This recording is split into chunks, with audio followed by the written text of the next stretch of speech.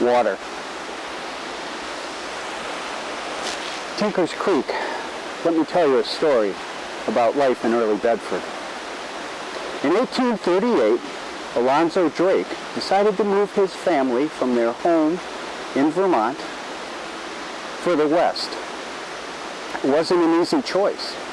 They traveled through New York and on into Michigan before finally coming here to the Connecticut Western Reserve in northeastern Ohio and on to Bedford Township. It was a place he originally visited in 1834. After another trip back to Michigan to be certain, Alanzo Drake came to Bedford, bought land, and settled here. What made him choose this area? After all, there were other places that were more settled. There were places where he could have been closer to family. Still, there were other places that I'm sure would have provided better weather. But Bedford had amenities that other places didn't have. For instance, we had a great mercantile here in this town. David Dunham's store over on Main Street, we now know it as Broadway, was a store that was fully stocked. Men and women, children could find everything they needed there. He sold food, farm implements and equipment, clothing, anything you needed to provide for a homestead here in Bedford Township. The good thing is, if Mr. Dunham didn't have it in his store, he knew where he could obtain it for you. Bedford provided Mr. Dunham's store, and Mr. Dunham provided one of the best stores in all the Western Reserve. Travelers came through Bedford, many travelers, and then he would stay overnight in the Fountain House Hotel, very famous hotel here in Bedford for a number of years. It was as busy then as it is now, and as busy now as it was then.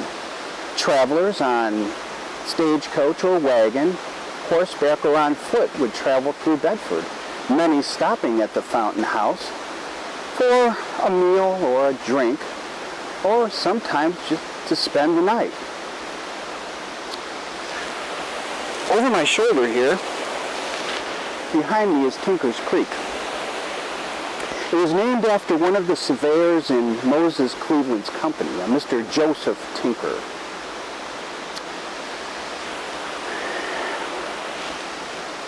The creek was big enough, powerful enough, to provide, water for industry that was needed for a growing town. It provided sawmills and grist mills, provided woolen mills at one time. Sawmills, think about it. Every growing town needs lumber. The lumber was plentiful here in the area, and the sawmills were convenient. You needed wood for homes and barns and fine furniture to fill those homes. Speaking of fine furniture, it's possible, even likely, that Mr. Drake knew a Mr. Benjamin Fitch, who was a builder of fantastic chairs. He actually went on to become the founder of the world-famous Taylor Chair Company. But I digress.